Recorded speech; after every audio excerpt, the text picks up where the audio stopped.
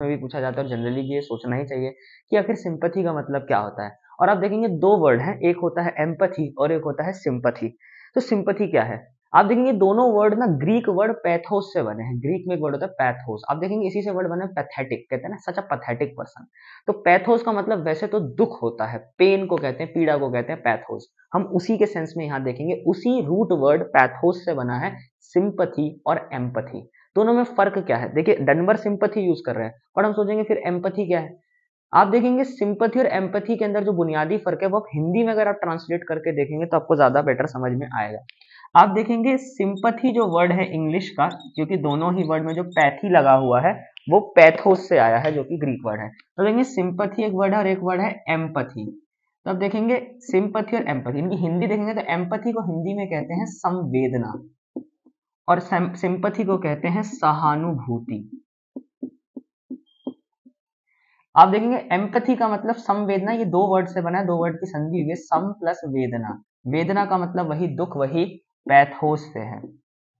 सम का मतलब होता है समान, यानी इक्वल पेन, समान वेदना, समवेदना। यानी एम्पैथी का मतलब होता है, आप कहते हैं I feel empathetic for you या I have so much empathy for this person. Empathy का मतलब है आप एग्जैक्टली वही फील कर सकते हैं जो दूसरा इंसान फील कर रहा है, तो एम्पैथी कहलाई जाती है, क्योंकि वही आपकी उसकी इंसान की वेदना जो पीड़ा में है, जो दर्द में है, उसका दर्द आप एग्जैक्टली सिमिलर फील कर सकते हैं। मिसाल के तौर पे मानिए आपका कोई फ्रेंड है, उसका ब्रेकअप हो गया है, जो रो रहा है, बिलख रहा है कि भैया ठुकरा के मेरे प्यार वाले मूड में है। आपका भी अभी हाल ही में 2 हफ्ते पहले ब्रेकअप हुआ था, तो आप उसको कहेंगे यार I feel empathy for you, क्योंकि जो तू गुजर रहा है मैं उससे गुजर चुका हूँ अभी 2 हफ्ते पहले। तो वो एम्पैथी है, आप भी महसूस कर पा रहे हैं ना, सेम पेन है। पर वहीं सिंपैथी के लिए वर्ड है सहानुभूति। आप देखेंगे ये दो वर्ड की संधि है सह प्लस अनुभूति। अब अनुभूति का मतलब क्या होता है? अनुभूति का मतलब होता है एक्सपीरियंस, अनुभव। और सह का मतलब होता है साथ। जैसे आपने कहा सहपाठी, सहपाठी यानी क्लासमेट, साथ पढ़ने वाला।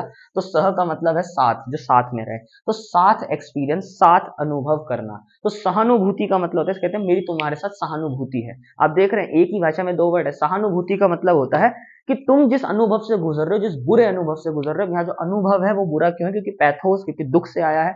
तब देखेंगे एक्सपीरियंस जो तुम जिस अनुभव से तुम गुजर रहे हो, मैं तुम्हारे साथ शरीक हूं उस अनुभव में, I am there with you.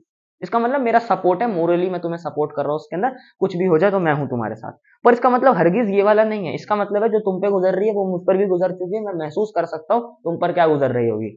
यहाँ बिल्कुल भी नहीं कि तू जो गुजर रहा है भाई मैं भी वही उसी से गुजर रहा हूँ। यहाँ पर है कि जो तू जिस बुरी वक्त से गुजर रहा है, मेरी हार्ट फिल्ड कंडोलेंसेज है तुम्हारे साथ, मेरी सहानुभूति है, I am there with you morally to support you. पर मैं हरगिज ये नहीं कह रहा हूँ कि मैं वही महसूस कर रहा हूँ। जैसे मिसाल के तौर पे इसमें हो गया, उसका ब्रेकअप हुआ, आपका भी हुआ ही था अभी, तो आप एकदम एम्पैथी, आपकी संवेदना है। यहाँ आप बोलोगे देख भाई मेरा तो आज तक पैचअप भी नहीं हुआ है, लेकिन तू जिससे गुजर रहा है मैं समझ सकता हूँ, दुख का टाइम है, भाई की जरूरत हो, किसी चीज की जरूरत हो, तेरा मन लगाने के लिए चल थोड़ा घुमा लाता हूँ। ये सहानुभूति है कि I feel bad for you, but doesn't mean that I am feeling the same thing. तो सिंपैथी सहानुभूति है। पोयम का नाम सहानुभूति सिंपैथी रखा है पॉल लॉरेंस डर्बर ने।